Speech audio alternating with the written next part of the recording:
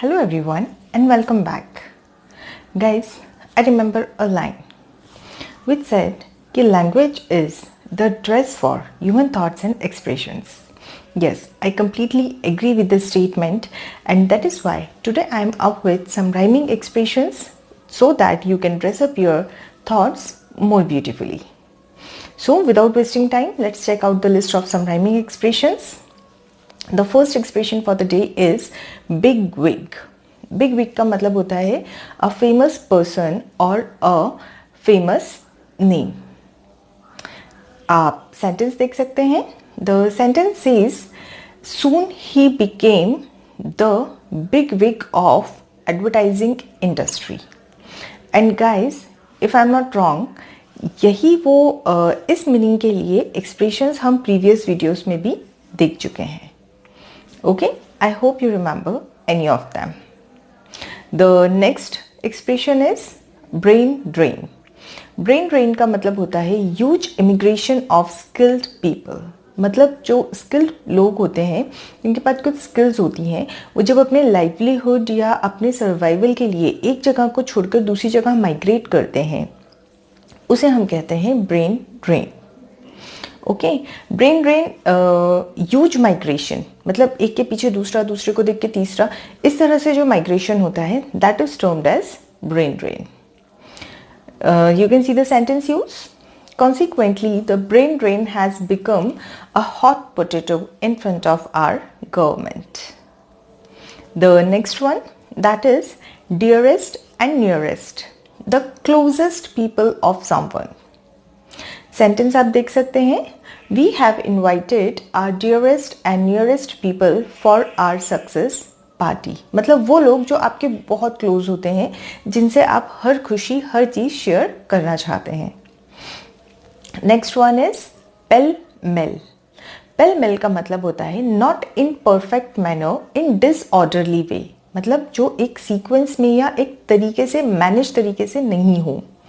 आप सेंटेंस देख सकते हैं. Students rushed pell mell over the stairs. Fine. The next one is go slow. Go slow का मतलब होता है deliberately slowing down the activities. कोई भी प्रोडक्शन कर रहे हैं, मैन्युफैक्चरिंग कर रहे हैं या कोई भी एक्टिविटी है, उसे जानबूझकर जब हम स्लो डाउन कर देते हैं तो that is go slow. You can see the sentence use. The bank mentioned the go slow approach on the new policies in its report. I hope आपको ये मीनिंग समझ में आया होगा. नेक्स्ट आप देख सकते हैं निटी ग्रिटी. निटी ग्रिटी का मतलब होता है the practical details.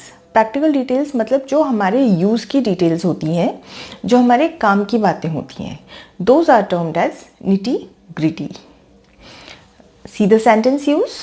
Let's go through the nitty-gritty of the project and let's decide the final cost. Fine. The next one, prime time. Prime time आप लोगों ने कई बार सुना होगा. स्पेशली प्राइम टाइम आपने सुना होगा या तो रेडियो चैनल्स पे या फिर टीवी पे. प्राइम टाइम का मतलब होता है the peak time. Peak time of any activity. Sentence आप देख सकते हैं. Spring is the prime time for planting trees. मतलब समझ में आ गया. Next says rom com. Rom com का मतलब होता है romantic comedy. Romantic comedy, yes you are right, a comedy movie which is romantic also. You can see the sentence use. When I am stressed, watching rom com is really a relieving activity. Okay, the next one, that is humdrum. Humdrum का मतलब होता है boringly monotonous. मतलब ऐसी life जो चले जा रही है. monotonous means with no change, always same and boring also. So you can see the sentence use. The humdrum in human life can suck out creativity from his mind. So variation are good, changes are good. Okay, the next one says meet and greet. Meet and greet का मतलब होता है the interactive session with the people, लोगों से मिलना, उनसे बातें करना, उनसे जान पहचान बढ़ाना. So you can see the sentence use. Despite being a famous person he met and greet the people with smile. Okay, and for today the last one is higgledy piggledy. Higgledy piggledy एक ऐसा expression है जिसका मतलब होता है इन अ disordered वे. मतलब again जो manage ना हो, जो सीक्वेंस में ना हो, जो उल्टा सीधा हो. सेंटेंस आप देख सकते हैं.